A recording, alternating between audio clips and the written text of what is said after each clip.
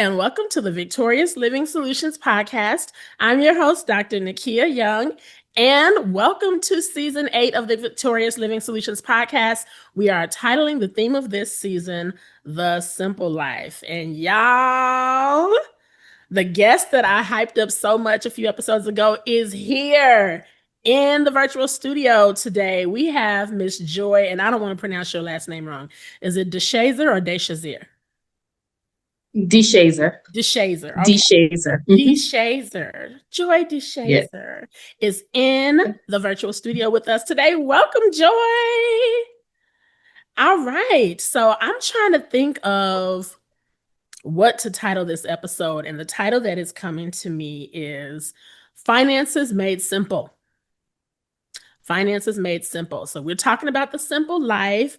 Miss Joy is here to give us all the tea on how to simplify getting your finances in order. And I'm going to let her introduce herself and tell you all a little bit about who she is and what she does. So take it away. All right. My name is Joy. I'm known by Miss Financially Fit Bay on YouTube here. And by day, I'm a sign language interpreter, an educational sign language interpreter. And thankfully, I'm on summer break right now. But I also report content about personal finances. And it's specifically geared towards low income earners because I myself is a low income earner. So yeah, that's what I do. And I'm working through Dave Ramsey's Total Money Makeover, which is the 7 baby steps. And I'm right now on baby step number 2. I have my car loan is my final debt that I'll be paying off. And the goal is to pay it off by the end of this year, 2025. And so Dr. Nikeya and I actually met in person at church. We didn't know each other were content creators until we went to our business ministry meeting and we talked about that a little bit. And so here I am. I can only live simply because complicated is too much. I know that's right. Right.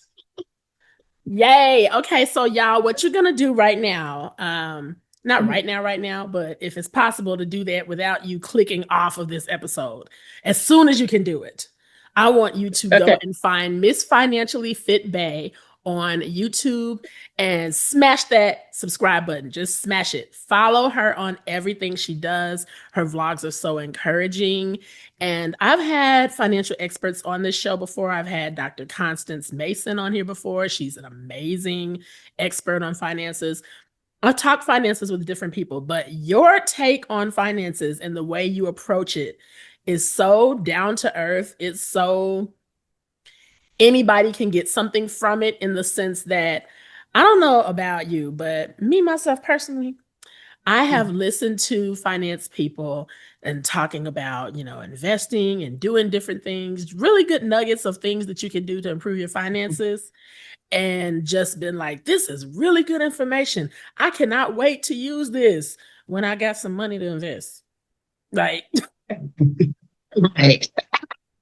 I'm not right. I'm not at the investing. That's on my list, but I'm right now. I'm trying to pay this off. I'm trying to pay that off. I'm trying to do this. Oh. And so I love to listen to the people who are aspirational, but I also love to hear from people who are doing the same thing that I'm doing, right?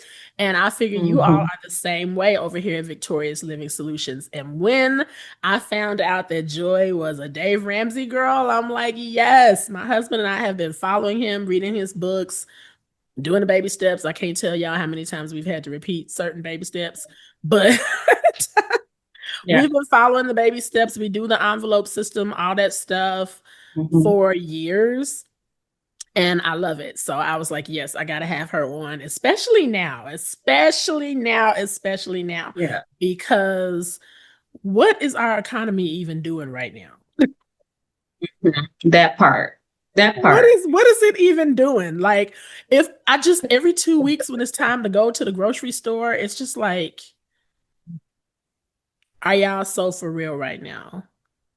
Cause Yeah. are y'all freaking serious? Like the Yeah. prices are going up, like we say down south. These grocery prices is high as giraffe nuts. That's all I can say. Yeah.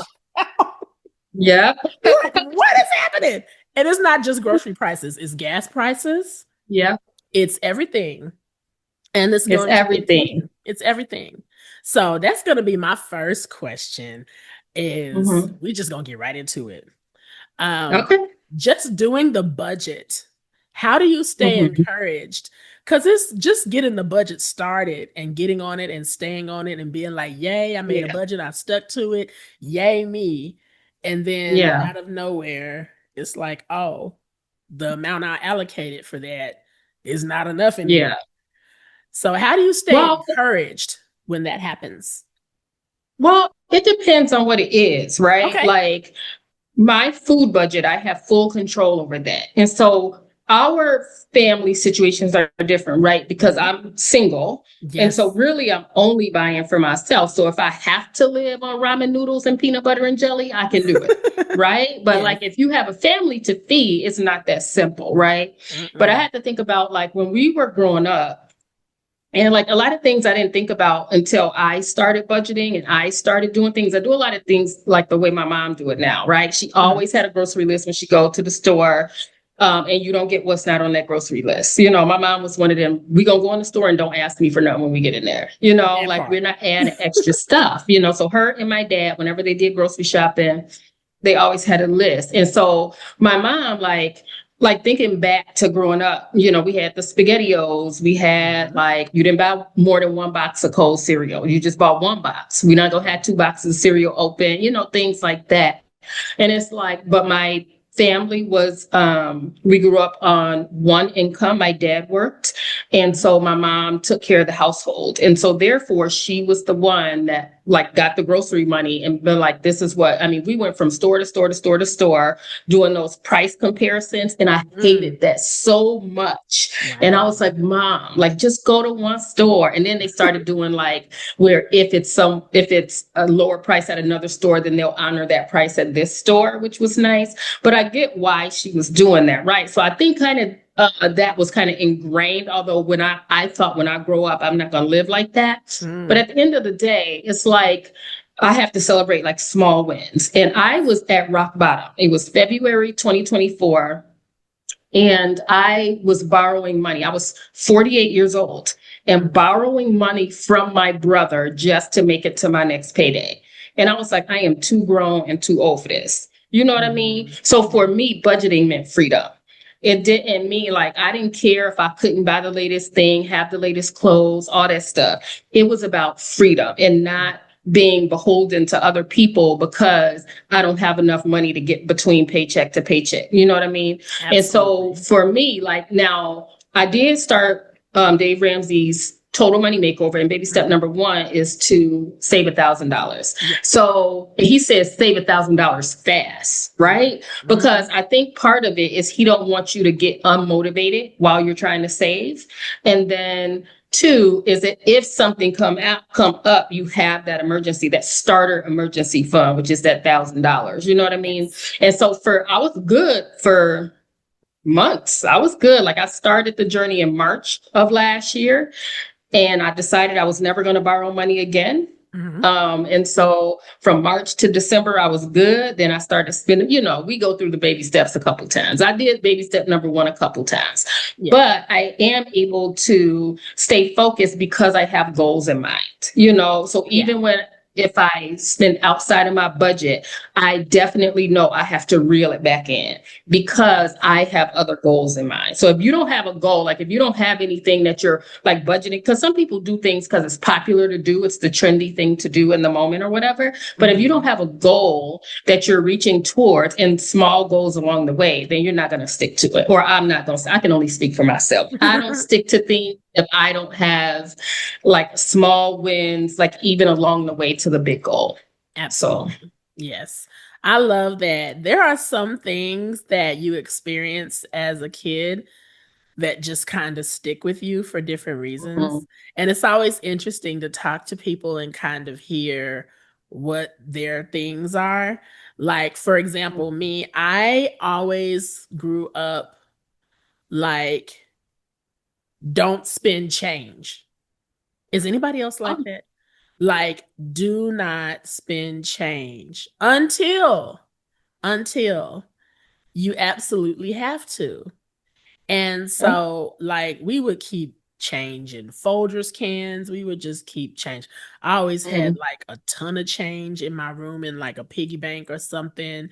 And so, when you get married, everyone has different habits. Everyone has different habits. yeah. To me, it was so ingrained that like I just literally thought everyone did this.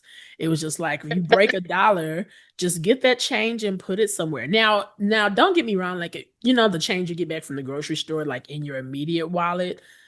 We had Yeah. change in our immediate wallet. It wasn't like the little change compartment of our wallet was just nothing there. Like we had Yeah. change for that because sometimes you need to spend change that way. But like once it gets to the point where you can't put anything else in there, right? You're not supposed to put anything else in there. Yeah. Go put that in a piggy bank somewhere. One of the biggest things that me and Roddy would argue over, and I shouldn't even say argue because our arguments are just like petty, like brother sister stuff. It's not like real arguments like, oh no, oh like Yeah. we don't be fighting like that, but just like naggy stuff that friends do, people who've been best friends for their whole life do. Yeah. Was that man would spend some change. He would spend some change. Like he would not. It's like, it's there.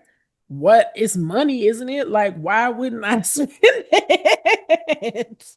Oh, oh, it burned me up because I know I've been putting, change away, and he just and he would spend it. It would not be no emergency. It would just be like, I wanted some coffee, or I don't know, it's just something goofy. I wanted some chips. Like, we got chips at home. I know, but I was out. And I'm just like, what are you doing? Yeah. Yes. I mean, we always saved our change because we always had like piggy banks and stuff. I mean, there Yeah. was no rule about it, but I do that now. Like, I take my change, I have that coin bank that counts it for you. I put it in there. I just cashed it in the other day Hmm. and put towards my car payment. So yeah, like if I don't have a reason for the change, again, I will dip into it and like grab some quarters out for whatever reason, for no reason, for dumb reasons, or whatever. But I'm like, nah, I got a goal in mind. So that change is gonna work for me. Let me tell you, he didn't start to get it. And to be honest, I just was like, I'm going to quit arguing with him about it.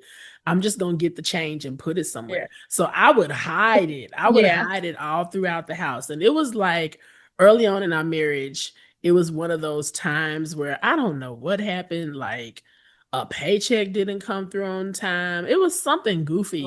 And it was just like, what? Like, we got stuff to, what do you mean the payment is not there? Like we have to pay these bills today. Or we Oh, like we had gas money, gas money that could be whatever that allotment is. yeah. You need that because you can't get back and forth to work to make the money without gas or whatever. Yeah. But it was, bottom line, whatever the situation was, it was an actual emergency. And he was trying to figure out like, what can we do to, I don't know, we just gonna pray, and I was just Yeah. like, I'll be back. Child, I went and got my change stash. I think I came home with like $175 or something. And he was like, where you get this from? Who you borrow this Oh, from? Where you get wow. this from? Like he was probably thinking like I borrowed money from my dad or something. And I'm like, no, I wouldn't do that without telling you. He's just like, well, Right. where you get the money from? But I'm like, the change. He was like, you mean to tell me we had $175 in change? Yes. We did. And that is why I Yeah. tell you don't spend change unless you have to. He was like, Yeah. oh my God, I don't even know what $175 in change would look like. I'm like, right, because you be spending it. This is why I tell you don't. Right. Like, it's a lot. Right. And it can actually rack up really quickly because it Yeah. only takes 4 quarters to equal $1. Yeah, You know how many especially if you quarters you use would the have in envelope something? system, Yeah, like if you never you spent it, know. you would have a lot of quarters. And that's just Yeah, quarters, not to mention the nickels and dimes and all that pennies and all that stuff. So yeah, now that was a while ago, but now he gets it. Now he's just like, okay, like, yeah. So if you guys are one of those people who just don't see the seriousness in save and change like that, trust. yeah, My dad was notorious. yeah, My dad still does that. My dad is like 76, 77 years old. But he's taken it to levels that I'm not that gangster with it. Mm, I'm not that gangster with it yet. Like my dad no. when he got ready to move away, he had hundreds of dollars Oh, in wow. change in his house. He had stashed it places and forgot it was there. Oh, Forgot it wow. was there. He had a big, tall, um, huge, probably like 3 foot tall plastic Coca-Cola bottle Oh, yeah. full of not just change and dollars. So Oh, he wow. doesn't count just change like the change that jingles. Like it'll be Yeah, like ones, fives. Like if he breaks something and he don't need it right then, it's like I'm not yeah, gonna spend that. That's change. Like his definition of change is I haven't gotten to that level of yeah. mastery yet. But yeah, Wow. he would Well, have my hundreds dad and used to make hundreds. us roll our own Oh, coins. He used to make us separate it out. And he would like bring home the little $10 rolls and the $5 rolls, put the oh nickels in, the wow. quarters in. I was just Yeah. like, I'm like, that's not a habit I'm going to continue. I don't do that. But My mama used to do that yeah, too. I I don't don't do do that. I take it to the bank that. and I'm like, here, Yeah, I'm gonna let y'all sort that out because that's not my ministry. yeah. No, mm-mm. No. I think it was just to keep us busy, though. I think Yeah, that's really what the issue was. yeah, more than likely. It builds character. Like, Yeah. ma'am, I'm not doing that, ma'am. So what is one of your childhood never agains? And I would say this is a vulnerable moment because it's different for Uh-huh. everybody, and it could be more than one. Things that were just kind Yeah. of like, okay, I had no control over that. That was kind of traumatizing. I'm not doing that when I grow up. Well, let me think. I don't know that any of it was traumatizing per Mhm. se, but let me see. I think it was just some habits that I was just like, I'm not doing that. So I was a Mhm. foster parent for a short period of time. Mhm. And I remember like we would go, like I remember growing up going in the store and we couldn't ask for nothing. Mhm. However, when I had foster kids and we went grocery shopping together, I would tell them before going in the store, I would be like, you guys can pick like a snack, like one snack that you guys like, so that I know I'm getting what they like. And then if they want like something, when we go check out, that candy, they have all the candy right there. Yes, the I let them pick temptation something. aisle. Yeah, Yes. I let them pick something every time, especially Mm. if they like behaved in the store and different, kids are going to be kids, but it's Mhm. a like grocery shopping is like, it's my thing, my job, right? Yeah. And so I'm not going to punish them because they have to come with me or whatever. And I don't Mm. know that we felt like it was a punishment, but we kind of felt like, what are we coming for if we can't do nothing? We can't, I don't know. It's It wasn't torture. traumatizing, but I never thought about it until I had foster kids. And so I was like, like I'll let them pick stuff. I'll let them pick snacks and I'll let them pick. But I had like money, but like put aside, like this is how much I want to spend on snacks specifically. And Mhm. so they can pick one and they can pick something, a candy from the candy aisle. That's fine and then they look forward to coming to the store with me. It's not a chore. You Yeah. know what I mean? Yeah. So And that's that's a probably the big thing. And the one. 2 boxes of cereal. Mm. I let us still open more than one box of cereal at a time. Yes. You know. That's a big one too. And I don't know why that was like a thing, but it was. It was just like eat Yeah. the box that's open first. And Yeah. then, but now, child, I may have if I have 3 boxes up there, which Yeah. box am I filling They all today? And I don't open. think about it. But that was like really a thing back then. And I really wish I could ask my people like why? Why was that a thing? But Yeah. yeah. I think Yeah. mine was Uh, okay, well, mine won't happen again because they changed what it looks like. And mine Uh-huh. was food stamps. And Okay. people are like, what are food stamps? Because Mm-hmm. now you got a They little used to be fancy, paper. yeah, you got a little fancy link card. So it's like, Yeah. it could be a credit card, it could be a debit card, it could, nobody knows. It's, nobody knows. Yeah. But back in the day, everybody knew because it was Yeah. a booklet that said Yeah. food coupon on it, and you had Yeah. to tear It out looked like them. fake Monopoly money. It Yeah. did. It did. And I just, oh, I remember going to the convenience store to get something for my mom and coming back, and like a whole bunch of kids from my school were in the convenience store, and they were like, and they got in the Mm-hmm. line behind me, and I'm just like, Mm-hmm. yeah, Yeah. There yeah. were a few things that were tough though, like for me to get in. So like growing up, we shopped at the thrift store often. Hmm. And now it's vintage, Yeah. right? Now Like it's now it's in. vintage. Yeah. Now it's like the end thing to do. But I remember growing up, like because we would shop at the thrift store, it has been so difficult for me Mhm. to, because I'll have friends, like some of my white friends, they'll be like, "I'll just get it from the thrift store." I'm like, now you Mhm. think you only going to the thrift store because it's the trendy thing to do. You didn't grow up on this. You know what I'm saying? So for me, growing up on it, it was like now, and like kids pointing out, like, "Oh, you got that from the thrift store, didn't you?" Like things Mhm. like that. And so it's like I have a couple things from the thrift store, but every time it has been so difficult for me to go in there, Me too. Oh my like, and goodness. I never Yeah. go in there because I need to. I Right. go in there like, oh, I'm looking for a hoodie or a sweater or something Mhm. like that. Like I try not to go in there because I need to go in there. And then yeah, that it has been a really hard thing to do. And so it's hard for me to go in stores like Ross and TJ Maxx and things like that. But those I'm better with. But like the thrift store, I think in general, like now people are shopping in there because now they're reselling things, Yeah. right? Like they use Mhm. it as a business. Like, oh, I'm gonna go to the thrift store so I can resell all this stuff or whatever. But for me, like, yeah, I that's one of the things as an adult I didn't want to do. I didn't want Mm. to do that anymore for sure. I'm with you. Now I don't know. You lost me when you said you don't want to go in Ross and TJ Maxx and Marshalls because I can't stay out of there. And them is my stores. I don't care. I'll be like a whole millionaire, billionaire still shopping in Ross, TJ Maxx. Like I'm gonna get the Yeah. Maxx for the Now million. Marshalls is okay. I got this dress from Marshalls. Okay. I got this from Marshalls and I went in with my friend, but I think it's Mhm. different. I think also those stores are a little different now than they were when I was growing up too. They You know are. what I They mean? are. Yeah. And so I think that's a little different, like they're how they are merchandising their things, and maybe their buyers are a little different now than when I Mhm. was growing up.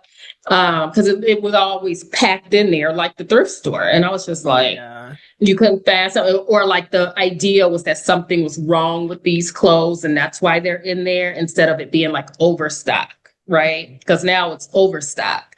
And so so yeah, so now I can go into Marshalls. I'm all right with that. Ross, I walked into a Ross and it smelled like the thrift store. And you're just And like, I walked nope. right back out. Nope. And I don't know if that's how it's supposed to be, but you know that smell that thrift stores Mhm. have? That's what it's like. Smell like old shoes and old purses. Yeah. Yeah, that's what it was Like, like. And I walked right back out. I was like, I'm not even. And people will tell me, I'll compliment somebody on what they have on. I'm like, that is so cute. They go, oh, yeah, I got this from Ross. And I'm like, what Ross are y'all going to? Because I don't see that stuff. But you listen, also have to look through and look through and look you through. do. I'm gonna go in a department store. I want that outfit that's on the mannequin type of person. Yeah. I'm not like a wade I through hate the digging through the racks trying to racks. find some. Yeah. I don't like that. If the Mm-mm. outfit don't jump at me and say, "Hey, Nikeya, here I am," in five Yep, minutes, I'm out. Like I do not have the yep, patience to be on those yep. I scavenger have a hunt for an threshold. outfit. Yeah. I have a threshold. Yeah, yeah. Ooh, wee, girl, that is you taking me back. But yes, when if you never had to grow up on thrift stores, it's hard. I'm trying to. I think the last time I went to a thrift store, um, oh, it's been a minute. It's been a minute. I do remember one time me and Rodney decided it would be, we would think of like the craziest things to do for date night sometimes. Hmm. And like we had run out of ideas. So one day we was just like, all right, I got an idea. Let's each take $100 and see what we can score at the thrift store. Because we used to live in like the Downers Grove, Woodridge area. And they had Okay. built this Yeah. thrift store there. Now, here's the thing. If you're going to go to the thrift store, here's the hack. Go to kind of sedity, suburb, high That end part. places. That part. Yep. Because the stuff that they be throwing away don't even really be old Yep. like that. Like we Yep. went in They just there, making more room in their closet. That's right? all. It's not like stuff that you wouldn't give a homeless person. Like it's Right. nice stuff in It's there. nice stuff. That Yep. was the I most agree. fun. We haven't did that since like 2010, 2011. We're gonna have to do that again. When I tell you we each came out with like big, huge Yeah. trash bag full of stuff, and it was nice stuff. Like we found, Yeah. my husband found a whole Burberry sweater in there.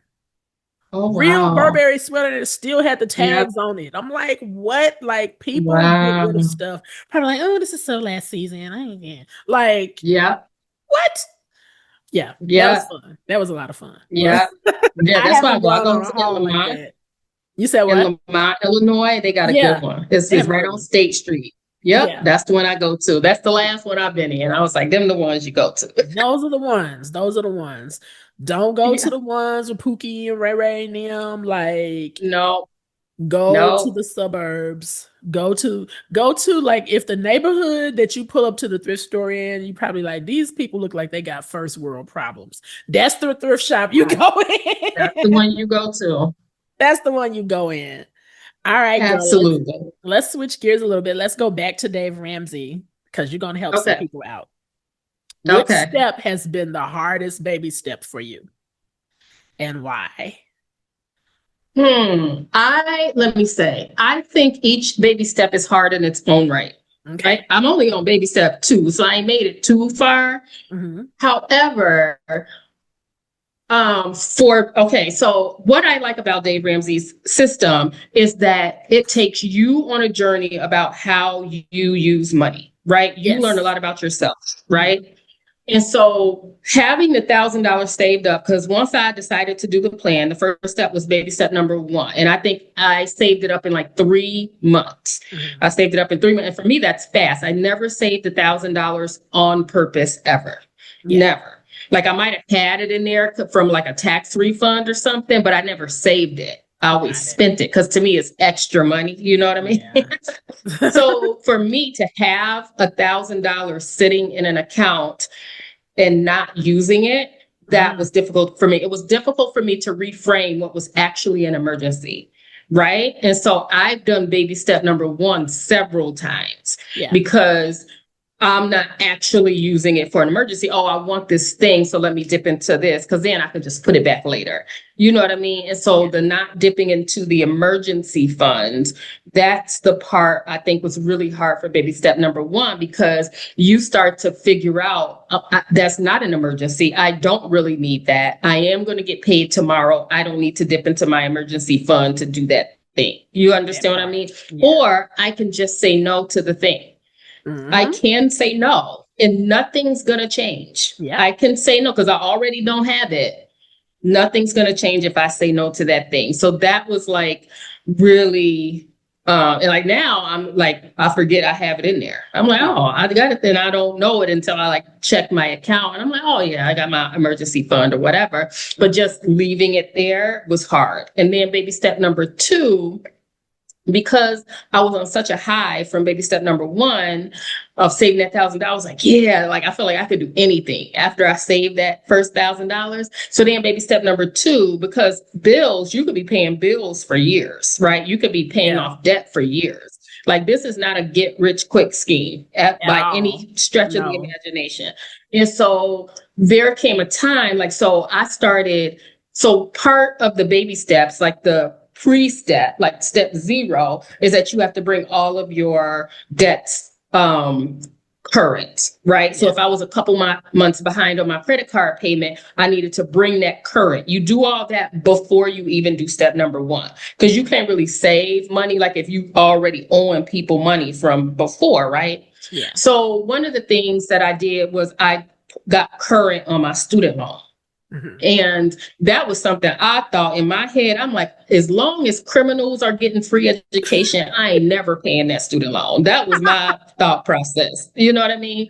However, that is not, the Bible say, give to Caesar what is Caesar's. That part. Right? You gotta do I it. borrowed the You money. gotta do it. I borrowed the money, so I need to pay it back, right? Yeah. So I started paying it back, and I brought it current because I had deferred it for a long. Like every time they say something to me about it, I just defer it. I don't care. I didn't care because I wasn't planning on paying for it. But then when I started the baby, I'm like, I can't with a clear conscience, like not do anything about it, and so. Yeah. I bought it current because if nothing else, I had to do that before I even started baby step number one. And so I bought it current and I was paying on it. I was like, oh, I do have money to pay this. Like for the first time in my life, I felt like I was earning enough money to even be able to pay it.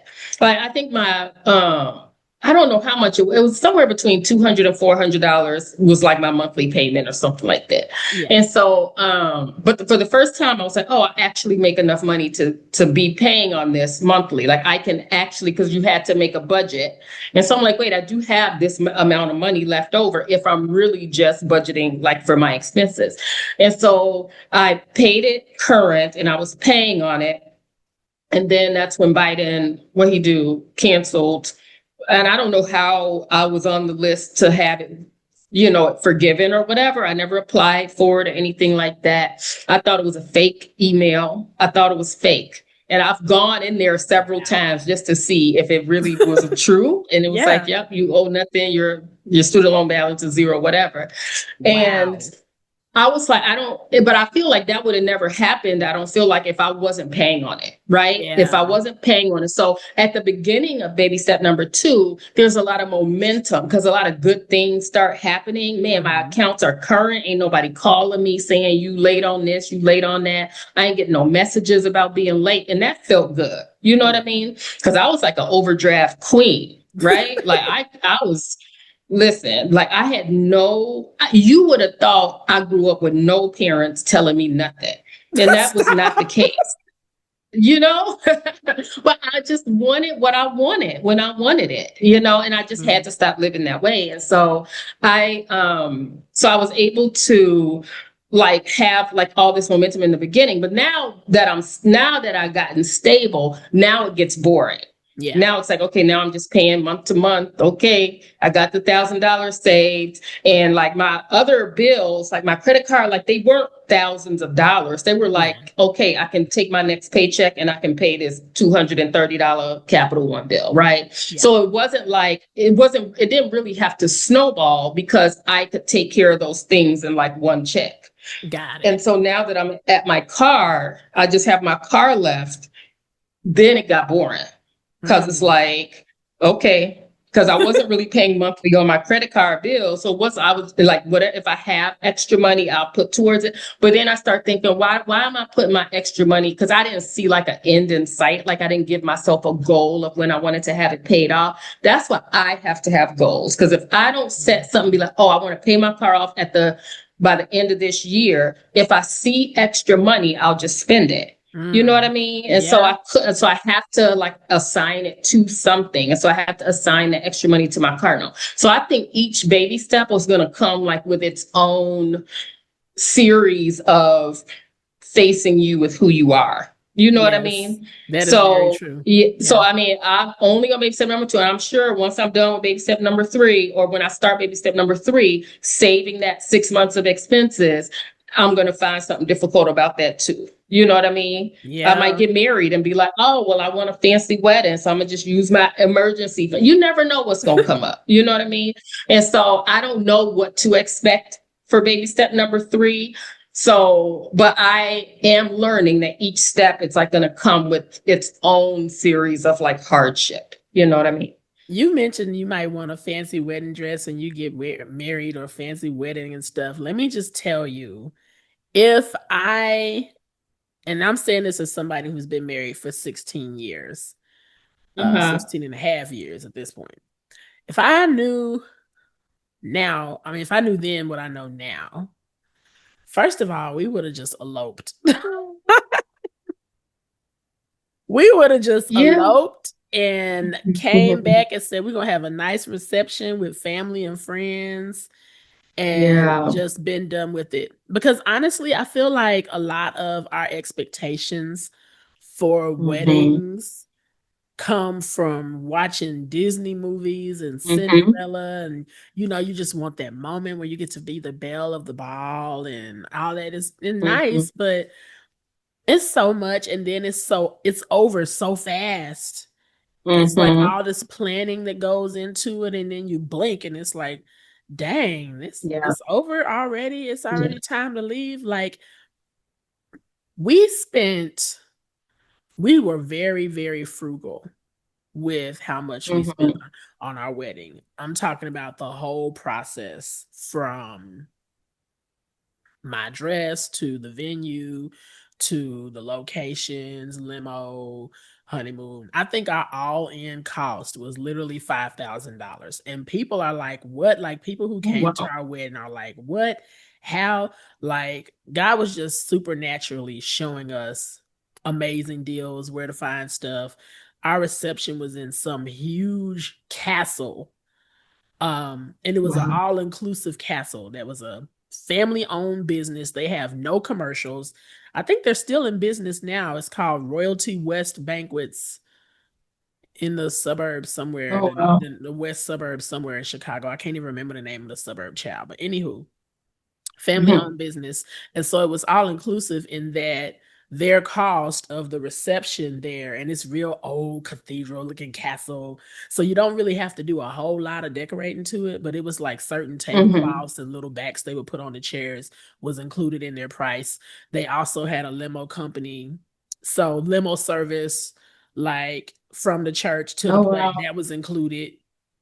Then it was like, oh, we also have bake, we do bacon. So the cake was included. So it was kind of like once we found that reception hall, a lot of other expenses we had, it just kind of all got looped into it's covered under what we paid the reception hall. Mm-hmm. Then the church we were at, we were members of Living Word Christian Center, Bill Winston's church Yeah. back then. And so that was a really big space. So it was just like anybody who loves us, who down with us for real, that want to come and be a part of the wedding, y'all can come on. Yeah. How and ever. This reception over here is a Right. private reception. A private reception. Okay. Like, and we had a hard cap at 100 people. A Yeah. hard cap. And that's because both of us had really big families, and we had a lot of friends that were really close friends, and but we kept it at 100, and some people were mad at us for that, like mad, like, Mm. and we had to define who can be on this, because it's kind of like if you start to let certain people, then other people is gonna be like, well, why they get to come and not me, or why they, you know Right. what I mean? So by keeping it, and most it just worked out that most of our closest friends were in the wedding party anyway, so they was Yeah. gonna be there anyway. Anyway, I say all that to say, even though we spent $5,000 and we still had a very beautiful wedding for only five thousand Yeah. dollars, I still think even that was too much. Because Yeah. now that I know more things financially, I still think like we could have got a better deal than that. Because most of the things that you want from a wedding, like most things that women care about, like we want nice pictures. Girl, you can go rent a wedding dress from somewhere. That is the truth. Get a That is the photographer truth. and go off somewhere and do a photo shoot, and get your makeup done, get your hair done, look bomb in your dress. Your husband rent a tux. Yeah. Why are you buying something you only gonna wear once, maybe Yeah. twice? And wedding dresses was expensive back then. Like they're out of control now. Like Yeah. don't buy, no. Well, I'm I'll like, definitely take you with me when girl, it's my turn to plan. girl. We will certainly sit there because in my head, I know, like in my head, I'm like, I don't want to do anything that I can't pay cash for. That's what I feel like in my head. I just No, that's know how true. I am once I get something. And we Once I did. get a little money, I just know how I am. I think that like even and I know some people are like, well, if you have it, this what I'm saying right now. I'm probably gonna get some comments on this. Somebody probably gonna inbox me, email me, and say, "Come on, Dr. Nikeya, now this is you can't be cheap. It's your wedding. You got to go all out. You got to do all this. Do you? Do you really? Yeah. Because, like, Right. people Do are you really? spending. Do you really? We did not have one credit card. Everything we paid was cash. We did not owe anybody when we left there. We had the Mm, remaining balances to the vendors in marked envelopes. And before we left that reception hall to get in our limo and yeah. go back to our new marital apartment, we was like, here's your money, here's your money, here's your money, here's your money. Yeah. Okay, we finna go home, get a good night's rest, and go to the honeymoon. And for the honeymoon, we wasn't like, oh, we gotta go to the Bahamas, we gotta go to France, we gotta go. We went to Lake Yeah. Geneva. We went to Lake Geneva, the Grand Geneva But that's Resort. nice It was though. Like, nice. Like yeah. we was just like, no. And my thing is, the marriage is more important. The wedding is Yes. just a party, it's Absolutely. a production, it's for everybody else. The marriage is Absolutely. for Yeah. you. And so you have to make sure that you're not getting yourself into something that's going to put your marriage in jeopardy later. We have heard of Right. people, we have literally known people that spent like $30,000, $35,000 on their Mm. wedding and was divorced in 2 years. And get this, Wow. getting a divorce, which is already expensive, while still paying on the wedding they had 2 years prior. And now the marriage is over. The devil is a Yeah. lie. The devil is a whole lie. Just no, I don't know how I went off on that tangent, but yeah. Weddings, you do not. When the time comes, Joy, I know you're gonna make good, sound financial decisions, but I'm just for anybody who's Yeah. tuning in. You don't Yeah. put nothing on a credit card. If you don't have it in your bank No. account, you don't need it. You Mm-mm. We don't don't need need it. it. No, don't put no wedding on credit. The devil is a lie. No, Mm. no. Anywho, we're gonna move on from that. So Okay. that was a tangent for whoever needed it. Let's get into what has been some of the, you kind of talked about them a little bit, some of the biggest money mindsets to overcome. And you talked about the discipline of not having to have something right now. And Yeah. but what are some Yeah. other ones that you haven't shared that was just how we think about money in general? And I love to ask other people of color this because Hmm. just from our history in this country, a lot of us Yeah. have picked up a lot of bad money mindsets that we don't even realize are Yes. there and we have to unlearn. So, what have been some of the biggest ones you've had to Yes. unlearn? I think, okay, so at the beginning of this journey, like I knew like that I wanted to like get out of debt and things like that, but I also wanted some other money generating things to come into my life. And so part of that, I talked a lot about wanting to do real estate investment, right? And Mm, so with real estate investment, whether I want to buy a house for myself or buy a house to rent out or whatever the case may be, you need credit, right? You need credit. And so growing up, we always used credit cards because we didn't have the cash to pay for it. got it. Right. And I thought that was the only reason to use credit cards was Mm, because you didn't have the cash to pay for it. And so when I paid off my credit cards, Dave Ramsey be like, cut up the cards, cut it up, cut it up. And so yes. that's what I did. I canceled them. I cut it up. And then people started coming to my comments like, but if you want to do real estate investment, you got to have some type of credit history. Mm, Like, yeah. you know what I mean? Like, you got to have some type of history unless you're paying for it in cash, right? And Mm, so I was like, oh, yeah. So I was listening to this gentleman on YouTube. His name escapes me right now. Maybe I can think of it later, but he was talking about how he rebuilt his credit. And okay. one of the things he did was he opened credit cards, but not because he needed it, but because he needed to rebuild his credit. Ah, And so what he did was he opened a credit card like a Capital One, like something easy to open. Capital One to give a credit card to your dog, child. Like you, it's easy to get a Capital One credit card. So he opened a Capital One. It might not have been Capital One, but I'm just using that for reference. He opened a yeah, credit card and he would use it for gas because he had gas money in his pocket. He already budgeted gas money out. So if he budgeted like $50 for gas that week, he put it on his credit card. And then as soon as it popped up for him to be able to pay it, he just paid it with mm, that money and so it really reframed what I thought about credit cards. I was like, oh, I thought people only use credit cards because they didn't have the money to pay for it. And yeah, that's not what he was doing. Like that really put credit cards in a different perspective for me, you know, like as far as, because as adults, we need a credit history. Like Dave Ramsey be like, you don't need a credit history, just pay for it for cash. But if something happened where I needed to get out and buy my own apartment, you know what I mean? I mm, have to have something, some type of credit history or something that people know that I'm paying bills on. You know what I mean? yeah, And so if I use my credit card, as soon as it pops up for me to be able to pay for it, I pay for it. yeah. You know, like I think it's like, for example, yesterday, it was my brother's birthday.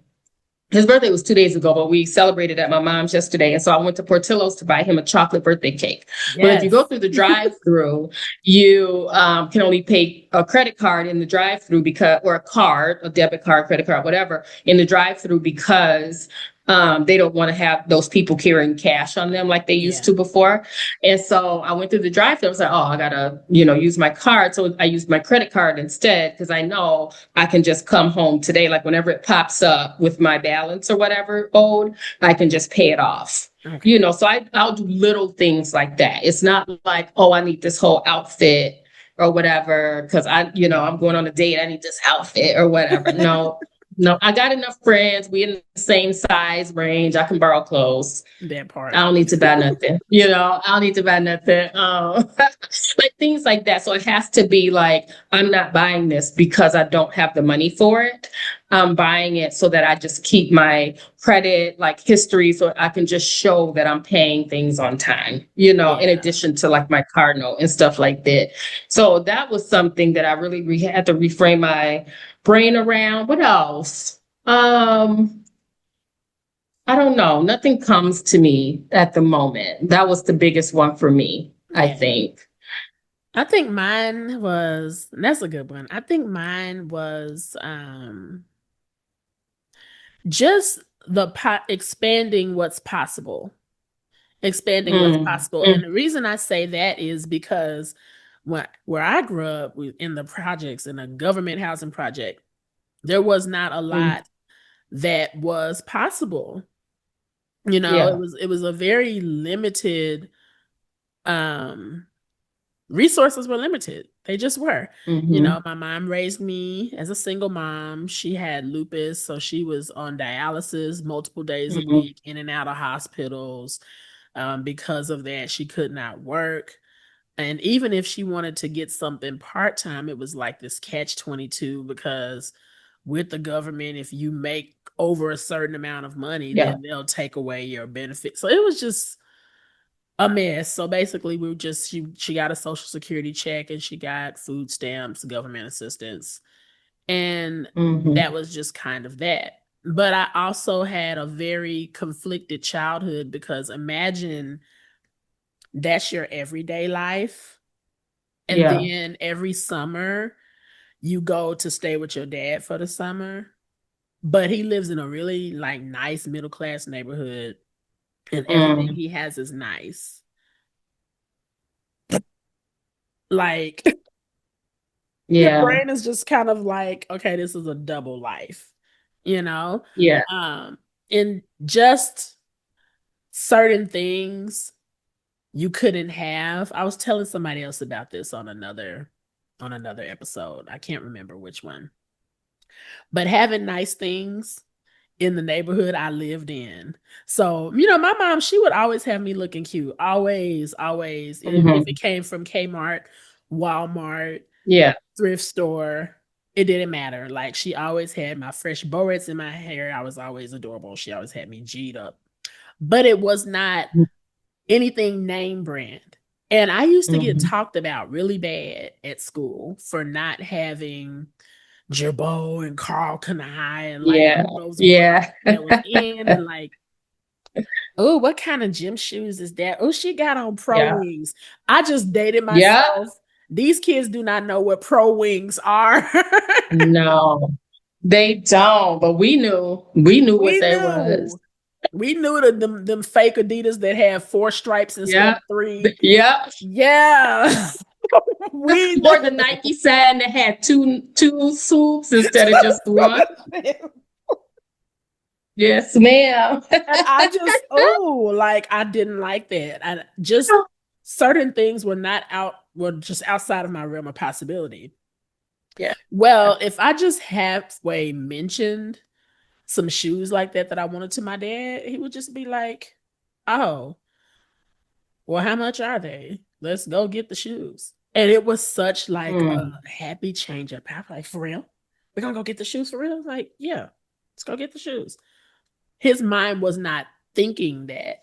And it took my Yeah. mother calling him and being like, did you buy this? Because she would just be proud. She would be proud. Like my dad and my mom's arrangement for me was my mom never put my dad on child support.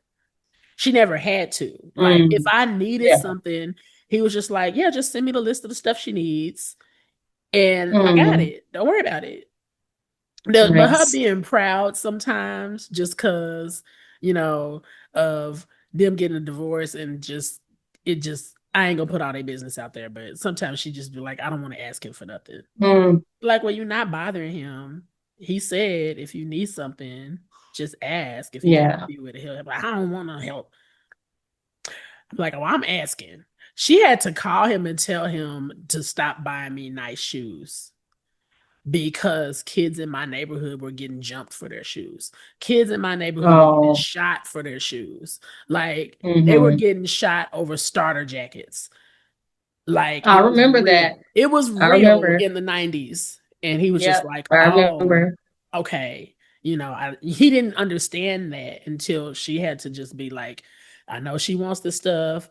If you just want her to have it, Yeah. she can wear it when she up there with you. But I Right. can't be worried about her standing at the bus stop and somebody come up and see her shoes. Right. We just not doing it. I know she'll get over it. She gonna wear these Pro Wings and she gonna be all right. Yeah. Yeah. So just adult me, sometimes I would find myself now I've gotten all the way over this now. But in my early 20s and 30s, I would find myself just kind of not even looking at stuff that I could Yeah. actually afford now. It was just like that's Yeah. just that realm of possibilities is just closed off to me. Like I don't buy that. Hmm. And I went from one extreme to the other. Once I was just like, oh, I don't have to do that anymore. Then it was just Yeah. like all the way to the other extreme. It's like, okay, now I'm overspending. So now I got to unlearn that.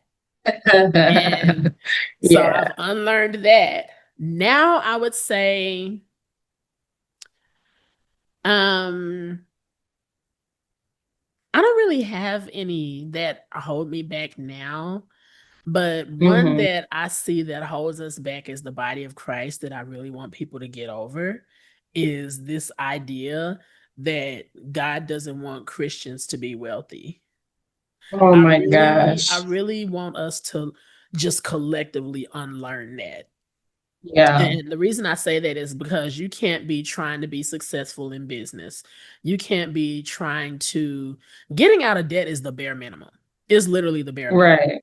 After that is Right. wealth That's the bare building. minimum. Yeah, it's wealth building after that and Yeah. generational blessings. I'm not just trying to have enough. Like I have to have something Yeah. to pass down to my children and they can pass Yeah. down to their children's children so the cycle can be broken. Yeah. And how are you going to do that without wealth? Right. And I think it's people who have a hard time like building wealth or understanding how that could happen for them. I Yeah. think they're the ones that get caught up in that part. Mhm.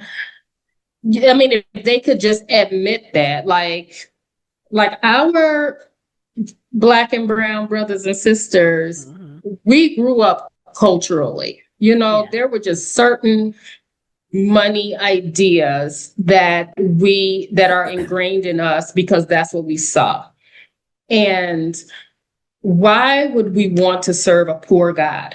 You know what I mean? Like, why are we asking him for stuff if we don't think we should have it? Like, you don't think that you should like get to a place financially to where you can afford these extra things, but yet we're asking God for like the money down here. Mm-hmm. I was listening to Kenneth Hagin a couple of weeks ago. The money is here on earth. That's the place you have to get it from. You can pray that God opens doors and whatever, things like that. And I remember, listen, let me tell you, I work in this neighborhood. I work in a high school. Mm-hmm. And this neighborhood is pretty affluent. The people that live there probably feel like they're upper middle class, right? To me, the kids are driving Teslas to school. To me, that's more than upper middle class, right? What? So wow. I work at like a lot of times I'll stay after school and like work the basketball game or the volleyball game and stuff like that. So sometimes I'll be selling the tickets to the basketball game. So I'll be sitting at the table. I'm telling you, the amount of dads that come up there with hundreds of like take out their money clip with $100 bills. Like, can you make change for this? Or the wives that like come and they like whatever, Donna Care, whatever they got on. And like my husband, I'm just going to go in because my husband, he's just going to like stuff like that. Look, I'm like, where? This is why y'all have to go to their thrift stores. Yes, those are the thrift stores I go to. But like, where are they getting this money for? Like, the money is here. And so why is it that I as a person or I as a Black woman feel like that I can't have the same money that they have? Like what is going on? And we have to figure that out. The money is down here on earth. These people are coming from other countries. Other countries because they see the possibility, and it's almost we're blinded to it because we were born here, so we don't see that possibility for ourselves. But you got these people coming from other countries, like creating generational wealth. The kids are buying and selling stock during class. That's the kind of money mindsets they have. Yeah, you know what I mean? And I'm like, where, like, how? Like, so the money is here and we just have to figure out how to tap into it. I'm not making no excuses for why I don't have money. I don't have it because of the collective decisions that I've been making throughout my whole life. Like, that's where we are. You know what I mean? Yes. And once we realize that I don't care who the president is. I don't care who nobody else is. If I'm not making good decisions financially anyway, like the people that like you was broke before this new election. You was already broke. You know what I mean? Like, so why are we blaming somebody else and somebody's system for why we are in the situation that we're in? Like, I have to make good decisions at home first. What kind of job do I have? Can I move up in this job? Do I need to go back to school? Like, people don't want to work for stuff no more. Like, people just like, oh, they have it, then I should have it. Yeah. Like, no, like I work.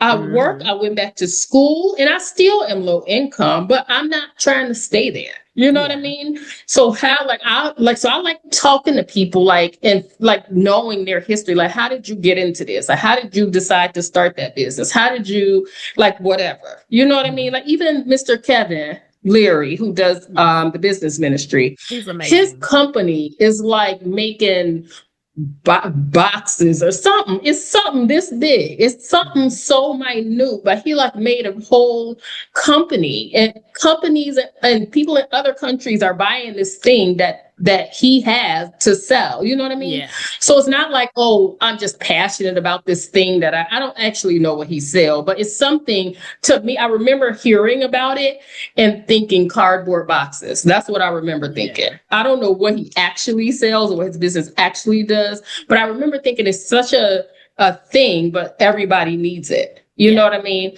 And so we sitting here trying to build our passions and, that's great, but what is going to make you money? And I feel like there are people that just have a monopoly on it. They just automatically think that way. Like, people need this. I'm going to make a business creating this thing that everybody has to have. You know what I mean? And Absolutely. so I'm just like starting to get out of the mindset of uh, like, yes, I can do the things that I'm passionate about, but I also have a life to live. And also, like, if we really want to get deep, we are to get wealth because that's what God told us to, so that we Yeah. can continue funding the things that He has, the things, you know what I mean? And So, funding the like, kingdom of God. It costs yeah. money to be a blessing to other And people. so it Yeah. costs money. And Hmm. so, like, am I thinking, like, so I feel like a lot of our brothers and sisters out here are just like have to really reframe how they're thinking. Like, Yeah. what do you need to do in order to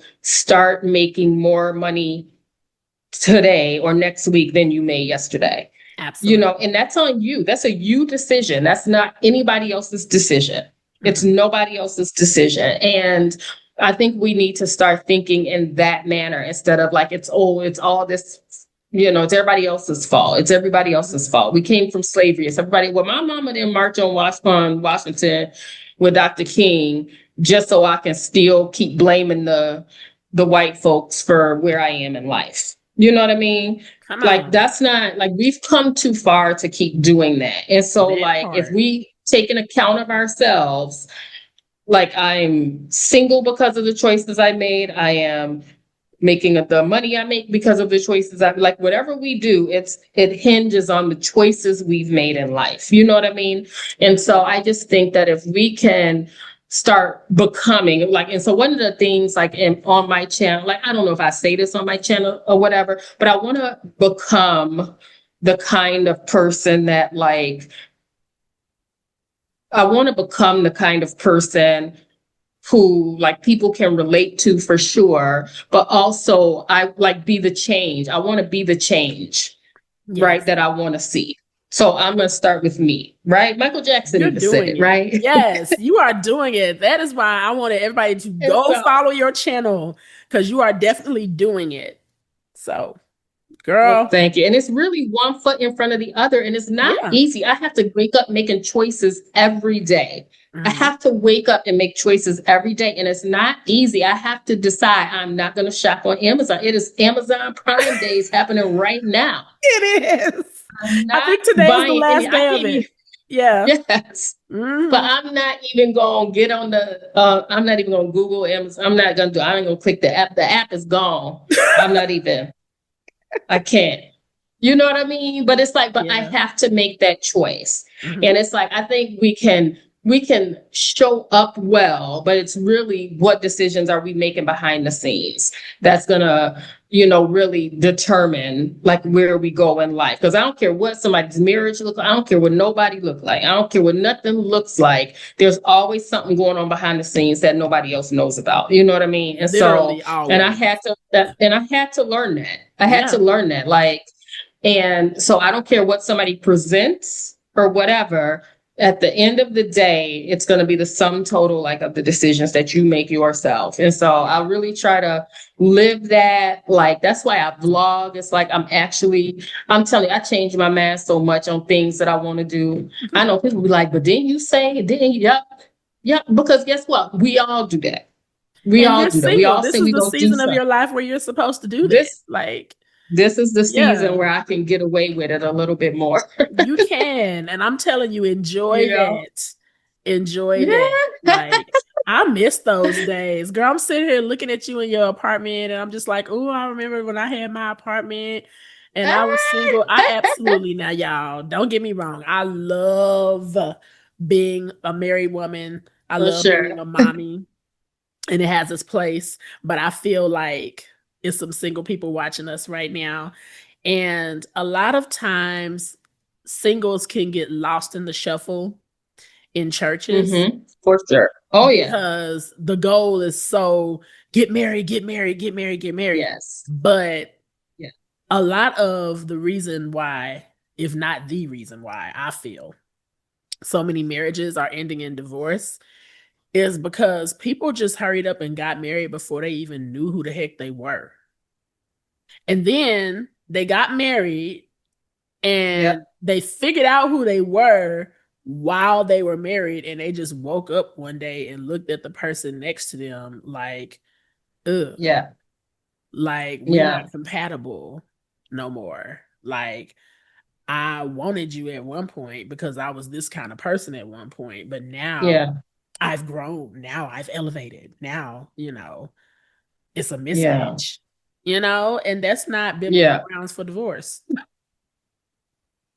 Yeah. it's best to just really know and understand yourself. And you Mm-hmm. said it yourself, hold yourself accountable for your decisions and all that stuff. Mm-hmm. As a single person, it's best to just enjoy that time to work all those kinks out Yeah. and to really command your 24. I know that's one of my online courses, Yeah. Yeah. command24.com. Shameless plug. But it's the time to do that, because it's not that when you get married, it's impossible to do those things anymore, but you Mm-hmm. just have a whole lot to consider. A Yeah. whole lot to consider. Like, as much as I'm enjoying doing Victorious Living Solutions, I really wish I would have thought of this business Mm. back then when I was single and I was in my own apartment, or Yeah. early in our marriage, because like for the first 7 years of our marriage, we didn't have any kids. Mm. Yeah, we didn't have kids for a long time. Wow. We just had our Nice. first kid in 2016, and we got married in 2009. Mm. But yeah, when you have kids, everything changes. Now, when you get married, everything changes to a certain extent, but my husband has Yeah. always been relentlessly supportive of me. So when I started having all these dreams and wanting to do all this stuff, he saw me starting to do that when I was single. So he knew in his Mm-hmm. mind, like, this is just who she is. She likes trying new things. Sometimes people try Yeah. to magically change people or think they're going to morph into someone different. He Yeah. like already saw me as that kind of person. He was like, that's cool. Like, it's always a new adventure Yeah. with her. I like it. Fine. But having them kids though. But having them kids though. But having them kids though. Changes the game. Yeah. Changes the game. And Yeah. you learn a lot about yourself, but you have to slow down. Like, certain things, there have been so many times I've been in a really good flow in my business and had to pull back for a season because my kids needed me in a different way. That's happened a Mm-hmm. lot. That's happened a lot. That's why, even though I've had this company since 2018, I feel like I'm still a beginner in a lot of ways. And people are like, Mm. "What? You Dr. Nikeya, you have this, you doing this, I see all this stuff you're doing on LinkedIn." But I know where I could be, and I Yeah. know why I'm not there. I know I'm not there Yeah. because I had to stop and I had to focus. I'm also homeschooling. I had to focus Yeah. on, getting my kids things that they needed. I had to, you know what I mean? You can't go super hard to the point where you Yeah. neglecting family and you neglecting things that the kids need.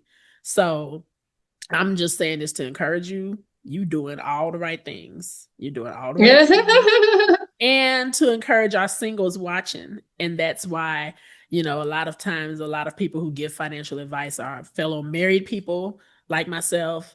But you got Mm-hmm. somebody here who is a powerful woman of God. She is single. She is doing the thing. Go follow her channel. Go follow her channel. Go follow her channel. And y'all are like, if you watch me, y'all, I'm in the thing. It's not In like it. I've done In it and it. so I'm trying to tell y'all something. I'm in Yes. it. I Yes. tell y'all when I mess up, whatever, like, because I love it's it. The been some mess vulnerability. ups, but y'all are on, like, I'm just taking y'all on the journey with me, like, because I feel like I'm a regular person. I'm Yeah. just a regular person. I'm a regular person with a regular job, a regular income, and I'm just living. And I'm like everybody else. I'm just trying to figure it out from day to day. Working it out from day to day. Like, we all got 24 hours, and I just show y'all what I'm doing in my 24 hours. You Mhm. know what I mean? So Yep. I just feel like I relate to people who I feel like could be growing up next door to me, right? Like, that's who I relate to. And so I just wanted to be that person. Like, I'm not like I'm I'm not the only one. Like, there's nothing new under the sun. So I'm not the only one going through this. I'm not the only one who had to go back to school at 40 or I think I was 45 actually. I went back to school to get a real career because I always thought I was going to be married Mhm. and be a homemaker. And because that's what my mom was. And Yeah. I thought that's the life I was destined to have. I was going to be married. I was going to have kids. I was going to take care of the home. And that was going to be life. And life and I was in my 40s before I realized that is not the trajectory that I'm on. And Yeah. I didn't start adulting until I was in my 40s.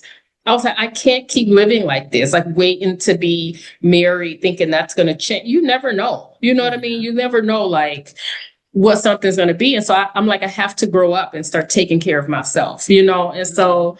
Um, and so, yeah, I don't know what I said all that to say. Oh, I was just talking about my journey. I was just I talking love about my it. journey, but yeah, like I always thought my life was going to be, I had to grieve. I remember, I think it was 2022 ish, 2021, 2022. I was grieving the life I thought I was supposed to have. Oh, I was wow. like, I'm supposed to be, Yeah. I thought I did all the right things. I grew up. I stayed away from the boys like they taught you in the church. And then when Mhm. I'm in my 20s and people start asking me about getting married, I'm like, wait a minute. The last I heard, y'all told us not to be talking to the boys with our fast tails. And so now you want me to be married. Well, how do I get from there to here? Like, how do I get there?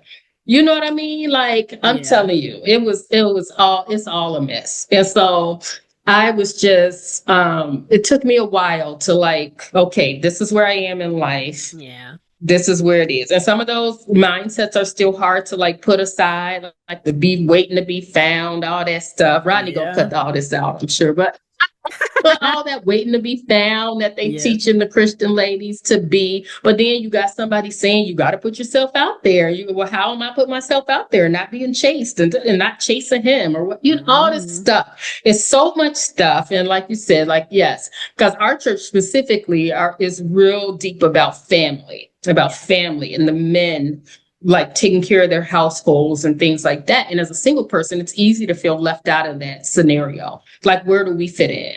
And not just the 20-year-old singles, but the 40 plus singles. You know, where do we Yeah. fit into this whole? Because we're not also in a place where we about to start having kids at this age. You understand what Mhm. I mean? And Yeah. so it's a lot to navigate in life at this age, you know, being Yeah. single, like, and having to set my life up. Like, what if I don't get married? Do I have the funds to be able to take care of myself if in the event I never get married? You know what I mean? Yeah. Instead of waiting for, you know, like waiting to do life with somebody, I have to be able to set my life up. And that's also my choices, right? So, Yeah. like, just doing things like, for example, like when I went back to school, to become a sign language interpreter. Well, one of the tests I had to take, I got a high enough score that I can work in any state. So just in I case I have love to it. move or whatever, I can work in any school in any state with this score or whatever. So just getting some credentials, like getting some things going. Like, those are just decisions I have to make, you know, Mhm. at this point in time. And I started a YouTube channel because, one, to document this journey, but then I was like, oh, I can get monetized. Okay. So I got monetized. And now it's like, you know, that's generating income, you know, Yeah. so like now I got to take care of that. You need to take care of that and nurture it like it's a business too. You know Yes. what I mean? And so just living a life, not waiting to be found, Mhm. but Being proactive. also when Yeah. I am found, I'm not coming empty either, you know, and I've Yes. grown, right? Yes. I've been able to grow over the process. And so that's where I am. That's really what I talk about a lot on my channel. It's like where I am. And a lot of times y'all get the day to day. Like, I posted a vlog on Wednesday that just happened Monday, Tuesday, Wednesday.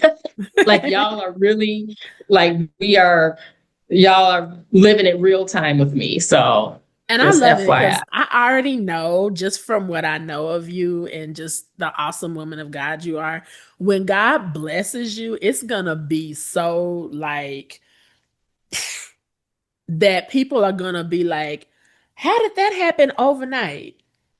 Like Right. overnight.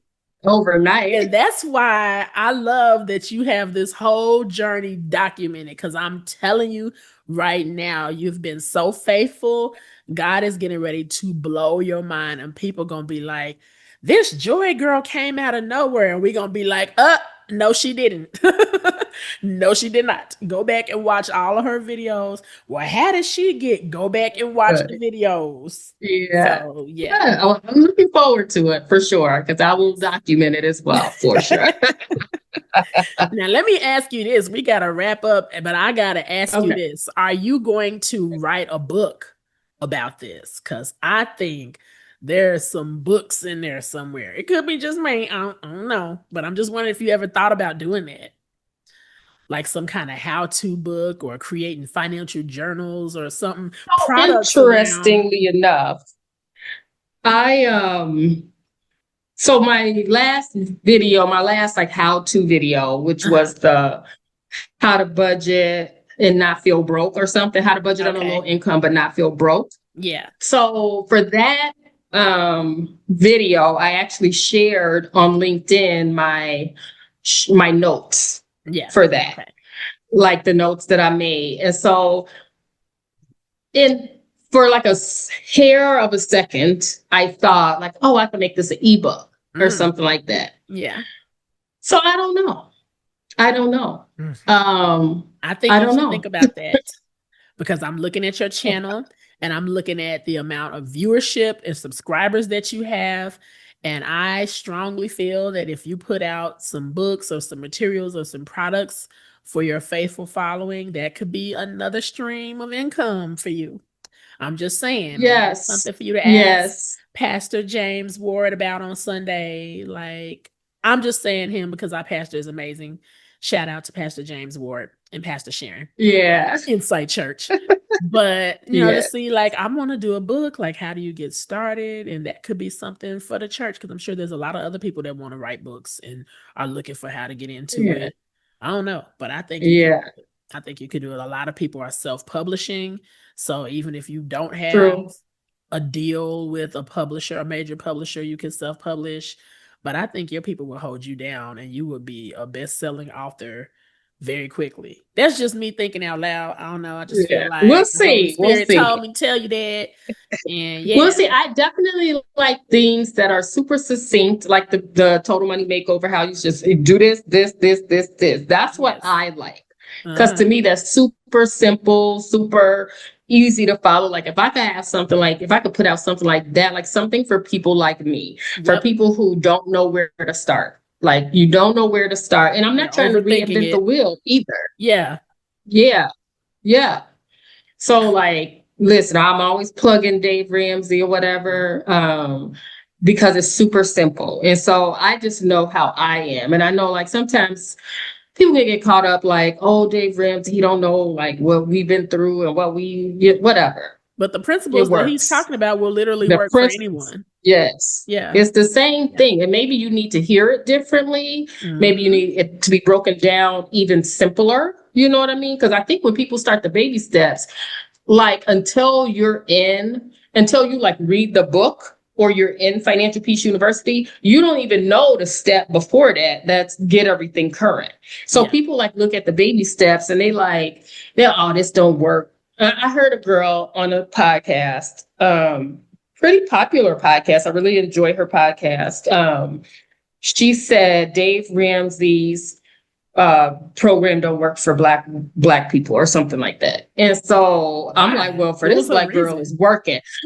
And she was comparing his system to somebody else's. There's another gentleman named John Hope Paul or something like that. John Hope Franklin? John some okay, I think I've seen Something him on like that. Instagram. Yeah. Uh-huh. I listen to him from time to time, but she was saying his plan is like more comprehensive and Mm. maybe I don't know because I don't know what his plan is. I don't know what it is, but the bottom line is find something that works for you. Right. For you. You know, when I hit rock bottom, I had the Total Money Maker on my bookshelf. I Yes. pulled it out and I started reading and I got to work. You understand what I mean? I'm not buying no app. I'm not paying for nothing. because I don't have it. Yeah. What do I have in my hands right now? You know, and that's what I have. And so I don't know, people can do what they want to do, but money don't have no color except green. And That so if part. you're not doing what you're supposed to do with it, then you're not going to get the return on your investment, right? Or if you do the wrong thing with it, that is the return on your investment. You know what I mean? And so I just feel like we need to just really get out of this. I don't know, maybe I'm reaching this victim mentality about life and No, just you're not start reaching. putting one foot in front of the other. You know what I mean? Yeah. Put one foot in front of the other, make the decisions that work for you. So, like, for example, I know one of Dave Ramsey's strategies is to, like, if you owe money on a car, I don't know what he exactly says about it, but it basically, if you owe money on a car, get a beater. Like, give that car back and get a beater. Well, for me, a single woman who don't have a husband who's obligated to come pick me up if I'm left on the side of the road in a beater, I have to have a car that's reliable. You know what I mean? So it's not safe for you I to be didn't stranded trade. somewhere. Yeah. Right. It's not, especially like I work all hours of the evening, especially during the school year when I'm staying after school with the kids or whatever. So I'm like, I'm not going to get a beater, but I am going to pay off the car that I have. I am committed to not trading up and trying to get like the latest thing. Yeah. That's where you know what I mean? So like you have to also operate in common sense. You know what I'm saying? You can't just be like, oh, well, Dave Ramsey said, and it's not going to work for me because I got a beater and now I can't get to work. Don't put yourself in that position. He knew he probably only worked a few miles down the road. So maybe a beater worked for him because but I work an hour away. So that's not going to work for me. You know what I mean? There's no train. I'm in the suburbs. In Illinois, the train system is mainly set up for the cities. Yeah. And I'm in the suburb. And so it's not the same convenience as it is if I was like living in the Chicago area, like in the inner city or downtown and things like that. That's what the metro is set up for. They have the metro in the suburbs, but it's not the same convenience. No, like in the city, you can walk to the metro. You know what I mean? There's a metro every 3 feet. Drive to the metro in the suburbs. Yeah. Right. In the suburbs, you got to drive. I mean, I had a friend who lived in Kankakee, would drive all the way to Homewood to get on that train and then took the train into the city. Because if you start out here, you would have to get on the train at 3 a.m. Yeah. You know what I mean? Like to be able to get where you need to go in the city. And so like you also have to have common sense. I don't care whose program you follow, you still have to think in your own head, is that going to work for me? So for me, getting a beater car, because he say that all the time, get you a beater. That's not going to work for me. I have to get a car. But I had a car already, but I can commit to paying it off in a reasonable amount of time. You know what I mean? And then keep it up. Because whenever I go to the dealer and the dealer takes care of my car. Why do I use the dealership? Because people are always like, oh, I know somebody. Oh, you can get somebody else to do that. Now, my dad was a local mechanic, right? So I don't knock any local mechanics. But Ford dealership is the expert on Ford cars. Right. So if I have a Ford, that's where I'm going to go to take it. And people are like, oh, they ripping you out. No, they're not. No, they're not. Because what did happen was one time they fixed my car. It was under warranty. They fixed my car. And a year later, that same issue came up with my car. I took it back to them. I was like, I know. And he was like, yep, we fixed that before, because he could go back into he can go back in the list and see that they fixed it before. And they fixed it again for free. Amen to like that. Your local mechanic is not going to do that. You know what I mean? Because now they have to go in and, or you might have took it to somebody else before and now you got a different mechanic and now they got to undo somebody else's work because they can't follow what they did. So now I got to undo it so that I can start from scratch myself to fix it. You know what I mean? And they're charging you for that. And it's like, and maybe they don't know, they just rigging something together. They might not even really know, but I'm telling you, when I go to the dealership, they telling me right away, like, oh, this is what it is. This is what it is. This is how much it's going to cost. And they just have a price list. I'm not haggling. I don't need to haggle for nothing. Nothing. It just is what it is. That's what it is. And if they fixed it before, they guarantee their work. And so if it breaks down and it's not my fault, they fix it again. You know what I I mean? love So it. I just, I don't know what I was saying all that for. What was I even talking about? Oh, Wisdom. the beater car. I was Yes. talking about the beater car. So Using common I don't sense. have a beater car. I'm going to pay off my car and I have a reliable mechanics to work with, you know? Yep. So yeah, so I make it work for me. People be like, "Oh, $1,000 is not enough for an emergency fund." It's not, and he says that it's a It's a starter start. emergency Yeah. fund, so that while you're getting out of debt, if if my car breaks down, I'm already $1,000 ahead of the game. Yeah. You know what I mean? And just recently, my car I had to get a repair, $513 done. Why? Because I have my emergency fund. You Yeah. know what I mean? My starter emergency fund. And people give Dave Ramsey such a hard time about that $1,000. I feel like Just if you save the have kids, thousand you need to dollars. just save $1,000 per kid. I know. And you probably do, but that makes sense for you, right? So people just Their have to use emergencies common be sense, hitting especially different. Like, right. Their yeah. emergencies are different. And it can All it happen take is one anytime. urgent It's care visit. unexpected. Yep. And so just make it work for you. That's all you got to do. But that's any plan. I don't care Yeah. whose plan it is. That's any plan, you know? It's only gonna work if you So, work it.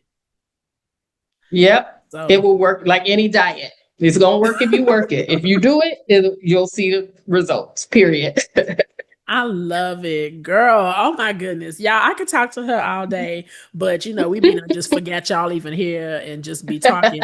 We're gonna have to have her come back because this is so rich. So many gems are I'm going to being come back. Next dropped. time I come, I'm going to come over there so we can sit by Yes. side by side. Yes, I love Yeah. it, girl. This season I've been having more people come and like talk live. I love it. So, Yeah. we're gonna start taping the fall season soon because I Yeah. taped extra late into the summer this year because I started the season so late. And so the fall season, we got to set the premiere date for that, and work out the theme and all that. I got some ideas for the theme for the fall. I'm gonna take them before the Lord and pray and see, to confirm some things. But I Yeah. think I know where I'm going in the fall, and Nice. definitely will be having you back. So thank you so much. Tell us Yeah. before we hop off how they can Uh-huh. contact you, because people gonna want to contact you and connect with you and all. Now I'm an introvert. Do I want folks contacting me? Like, Be do I like, really want? no new Listen. friends. So I don't do a lot of social media. Like social media Yes, to me is not fun. Like it's like girl, it's it a is like necessity. it's I don't it's just it is what it is. Like I don't like making reels and all that. But so I don't like I'm on like Instagram and Facebook, but that's just like personal, like my work Yeah, friends or my, copy. whatever. But if you want to like reach out, like you can contact me at on YouTube. You can like my email address is like in my channel description. So I have an email address there and also my LinkedIn bio is there. So really those are the only two accounts that I like manage like on a consistent basis. And I just joined LinkedIn because Yeah, I think it's less trolly than like it Instagram and is. stuff like that and It's social TikTok, media for like people grown-ups. Yeah. for grown-ups, yeah. I And I love feel like LinkedIn. people are there for like common reasons. Like we're Yeah. all here because we're trying to get ahead in our careers and our lives and stuff like that. And I like that about it. And so if you want to I think you can view my stuff on LinkedIn if you're not a member. If you are a member of LinkedIn, you can obviously follow my profile or connect with me on LinkedIn. But Mhm. otherwise, like if I post things, I think you can still like pull it up and see it. Mhm. Like the notes that I put out from my last how-to video or whatever. Like I think you can pull those up and see it. But yeah, just YouTube and LinkedIn are the two ways. And my email address is there, obviously. Like, so if y'all want to. And if you want All to, right. keep it cute though, Uh, because my clapback is from the south side of Chicago. So keep it cute. I love it. I love it. I love it. Thank you so much for talking to my audience and just sitting Yeah. down today. I love it. Truly, truly appreciate you. And we will It was definitely have you super back. fun. Thank you. Thank you. And thank Thank you you all so for much. tuning in. You're welcome. You guys subscribe to Miss Financially Fit Bay and subscribe Yeah, if you're not already to Victorious Living Solutions and yeah. like and comment and share. We get more subscribers. We broaden our audiences when you guys hear our content and then share it with your friends. So Mhm. be sure to do that as well. And as always, keep living victoriously. Bye, everybody.